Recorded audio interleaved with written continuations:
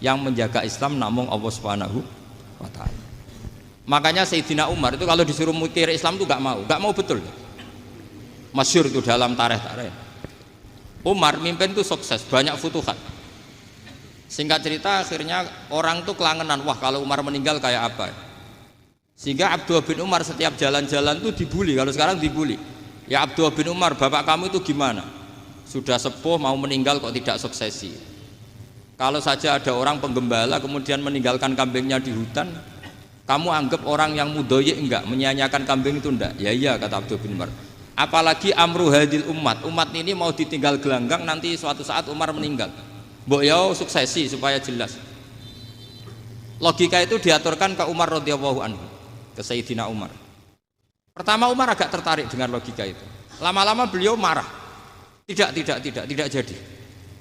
Saya tetap tidak akan istikhlaf, tidak akan suksesi. Dan saya tidak akan mikir Islam katanya. Islam akan diurus oleh Allah Subhanahu. Terus beliau ngendikan, Islam ini jalan ketika ditinggal Abu Bakar. Bahkan ketika ditinggal ahabbul khalqi ilallah, akramul khalqi indallah, yaitu Rasulullah Muhammad sallallahu alaihi wasallam. Coba Islam dulu dipimpin Abdul Qadir ketua wali, dipimpin Wali Songo, dipimpin orang top-top. Sekarang dipimpin mondok 3 bulan jalan. Karena Islam yang ngatur Allah Subhanahu wa ta'ala. Jadi ini penting. Loh coba ustadz tuh banyak yang nggak bisa ngaji loh. Tapi ya laku ya nggak masalah. Loh saya kemarin di Korea seminggu. Itu TKI jadi khotib, ada yang jadi mufti. Ada yang jadi suriah. Itu ada yang di sana jadi suriah, pulang ke kampung angon kambing lagi. Loh itu teman saya kenal. Iya suriah Korea tapi artinya gini, bahkan masjid semua yang di Korea itu didirikan oleh TKI dan TKW. Mereka digerakkan Allah untuk mikir agama, karena agama ini milik Allah. TKI saja mikir. Makanya ini penting, yo dakwah tapi tauhidnya sing kenceng, jangan dakwah kenceng tauhidnya kendor. Itu bahaya betul. Saya ulang lagi ya, ini dawuh Habib Umar. Jadi kata beliau, fala budda an wattina qulubana. Kita harus yakin seyakin-yakinnya bahwa semua kemungkinan itu mungkin. Makanya masyhur dalam tarikh ketika kafir Quraisy mau disiksa oleh para malaikat karena mereka sering menyakiti Nabi, kata Nabi gimana? Jangan. Saya berharap kalau bapaknya tidak mukmin, suatu saat anaknya mukmin. Masyhur dalam tarikh. Musuh Nabi besar siapa? Walid bin Mughirah. Punya anak Khalid bin Walid. Abu Lahab punya anak Darrah, itu mukminah yang baik. Abu Jahal punya anak Ikrimah, itu mukmin yang baik. Di Indonesia lebih hebat lagi. Bapaknya ra iso maca Quran, anaknya hafid. Bapaknya utun ra tamat SD, anaknya jadi dekan. Di Indonesia banyak orang nggak siapa-siapa, anaknya jadi presiden, anaknya jadi menteri. Artinya jangan karena bapaknya kafir kamu nganggap anak turunnya pasti selalu kafir. Teori itu sudah salah zaman Rasulullah. Yaitu Walid akhirnya punya anak Khalid, Abu Lahab punya anak Darrah. Terus siapa? Abu Jahal punya anak siapa? Ini penting saya utarakan karena dakwah kalau terlalu semangat, nanti kalau menghilangkan tauhid bahaya. Tetap innal huda. Uni Soviet kayak apa? Mengkooptasi negara-negara sekelilingnya sampai jadi Zuni. Tapi apa yang terjadi? Uni Soviet yang runtuh, persemakmurannya semua rata-rata jadi negara apa? Islam, kayak Uzbek, kayak Ceknya, kayak apa-apa. Karena agama ini diurus Allah.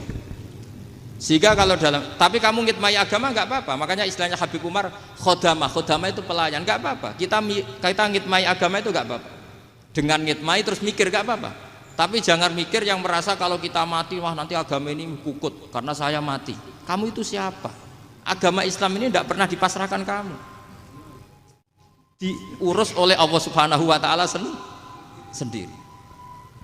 Sehingga ketika Wali Songo meninggal, agama ini tambah kuat sampai sekarang. Kecil saya itu kalau pengajian susahnya bukan main, harus izin sana sini. Sekarang setiap pengajian polseknya datang, polresnya datang, nggak ada intel, nggak ada apa. Padahal kiai dulu sama kiai sekarang itu kira-kira alim mana? Alim kiai dulu. Mbah Hasyim Asy'ari itu ngarang kitab sampai dibaca di Yaman. Saya sering baca juga kitab beliau, Risalatu Ahli Sunnah wal Jamaah. Kiai sekarang mau terjemah aja kadang salah memahami. Tapi ya Islam tetap jalan karena Islam ini dikawal, dijaga oleh Allah Subhanahu wa taala. Maka kalau dalam cerita tarikh sirahnya Ibnu Ishaq itu, tauhid itu penting. Beliau cerita begini. Sayyid Abdullah itu namanya Abdullah bin Abdul Muthalib. Kita tahu kenangannya Rasulullah terbanyak itu bukan dengan Sayyid Abdullah tapi dengan Sayyid Abdul Muthalib, dengan mbahnya. Karena Nabi itu mulai kecil dirawat oleh siapa? Mbahnya. Yaitu yang disebut Nabi ketika 2 bulan kan abahnya sudah meninggal. Ya saya baca ya, pakai bahasa Arab biar jadi bid'ah. Nanti kalau bahasa Indonesia ada bid'ah. Tidak betul ya? Diba atau berjanji sebenarnya itu kitab sejarah, berhubung dibaca bahasa Arab terus kayak mantra.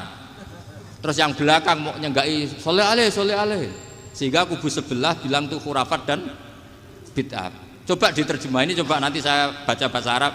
Walamma tamma min hamli syahroni ala masyuril aqwalil marwiyatu fiya bil madinati abuhu Abdullah wa kana qad istaza bi aqwalihi bani adi min at-taifatin najariyah wa makatha syahron saqiman yu'anu nasukmahu wasyakwa. Terus di pojok sana bilang soleh aleh.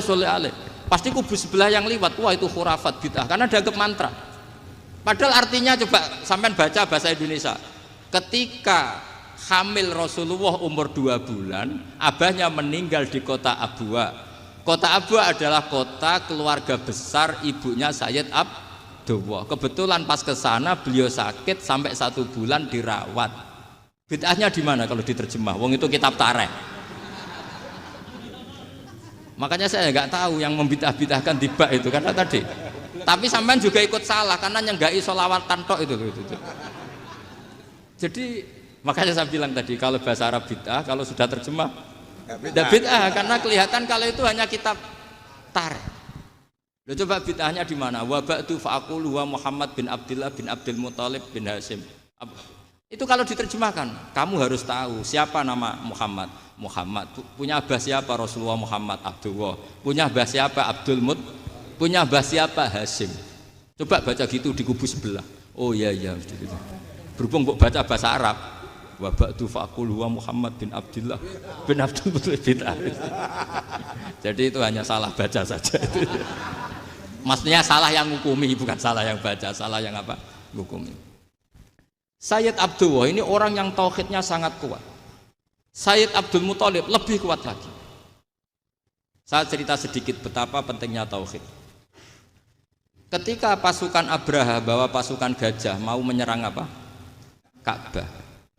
Itu sebelum menyerang itu semua aset-aset milik orang kafir Quraisy, milik orang Quraisy lah. Itu ditawan, diambil, termasuk milik Sayyid Abdul Muthalib, milik Abdul Muthalib. Terus ketika mau masuk Ka'bah, mau masuk Mekah, kata Abraha, man sayyidu hadal wadi, siapa yang kamu tuakan, yang kamu pertuan di sini? Oh, Abdul Muthalib. Abdul Muthalib itu dipanggil, itu auranya luar biasa. Abraha yang di tempat perkemahannya itu harus duduk di atas karena dia raja, itu duduk di atas gak berani. Saking wibawanya Abdul Muthalib, ini mbahnya Rasulullah. Akhirnya Abraha bilang gini, saya duduk di bawah tidak mungkin karena saya raja.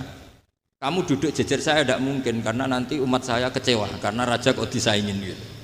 Ya sudah, sambil berdiri-diri kita ngomong.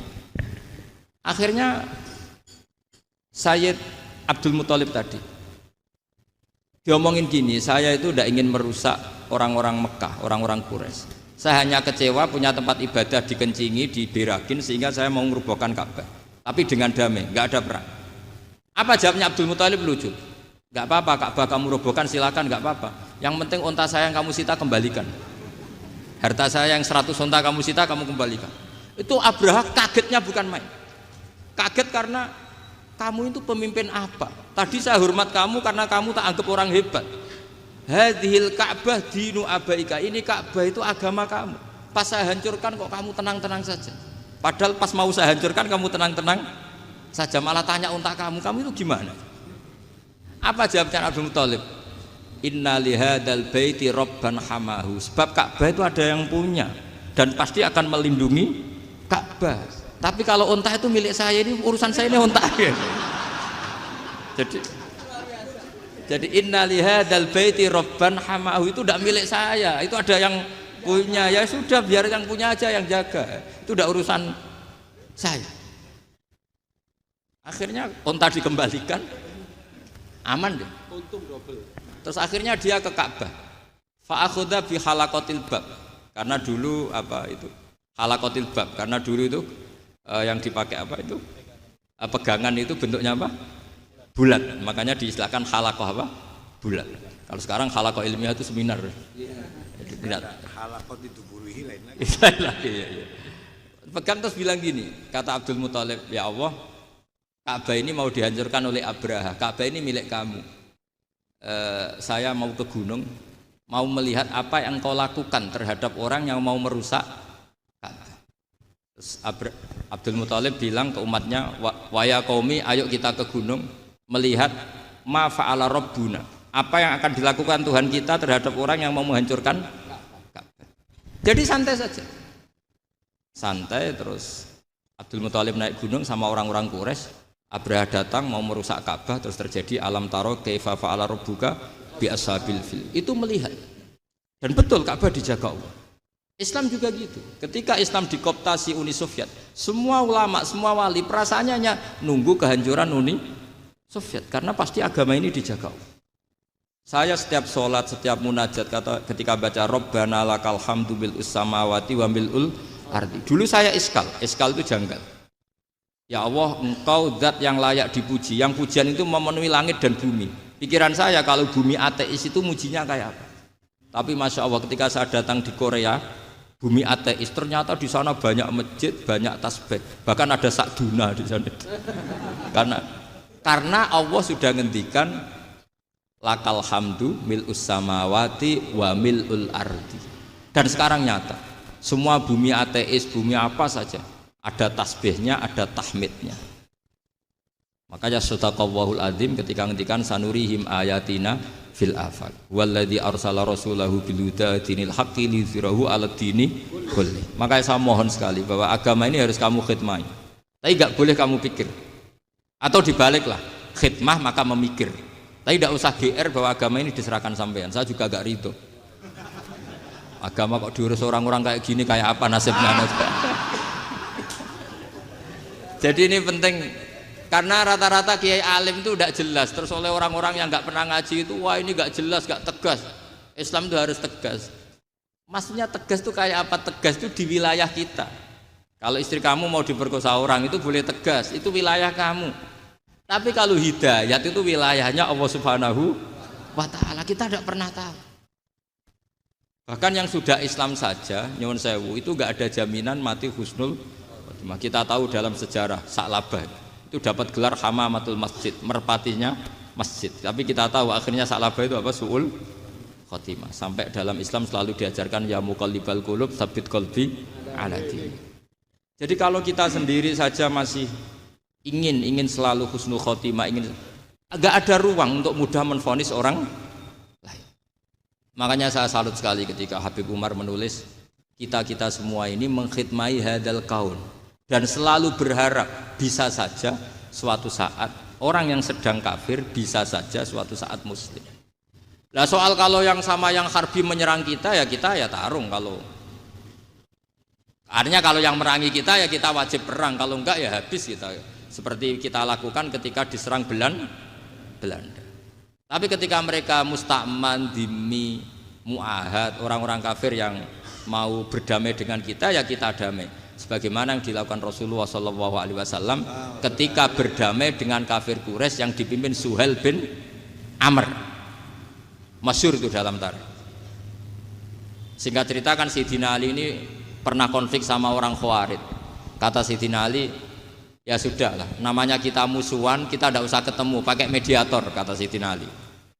Kata orang Khawarij, ini apa-apaan kok butuh mediator?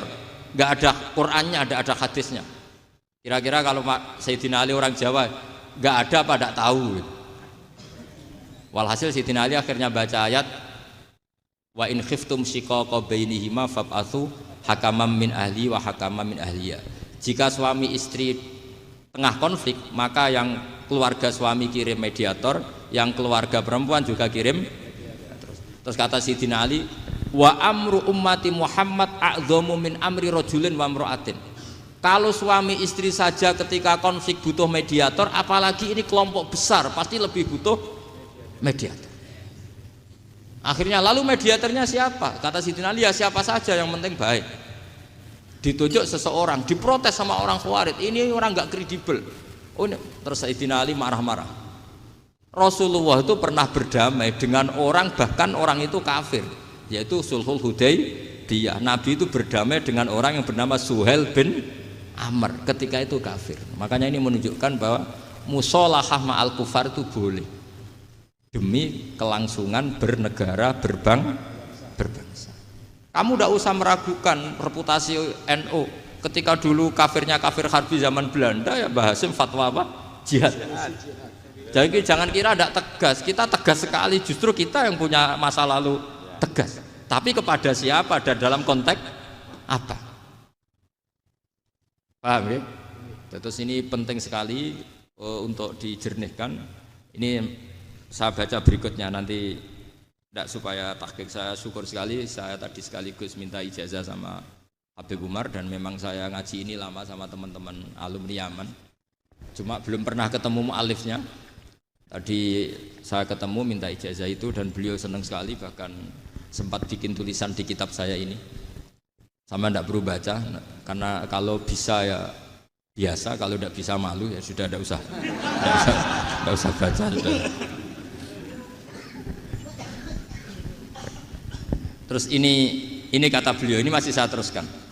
Nahnu min hadhil intilaqah naktasibu thabatana wa quwwata yaqinina. Wa illa fa fil ardi mu'aridun wa muntaqidun wa mukhalifun min akhyarin wa asyrarin, sholihin wa fasikin, muslimin wa kuffar. Kalau kamu punya satu metode ilmiah, metode dakwah, kamu harus siap karena pasti ada yang menentang. Yang menentang itu ya mulai orang soleh, tidak soleh, orang macam-macam. Jadi kalau sudah punya manhaj, memang dari awal harus siap apa? Ditentang. Jadi misalnya PBNU punya kebijakan apa, ya sudah siap saja dibully. Itu pasti itu, karena nggak ada manusia semua suka, semua benci.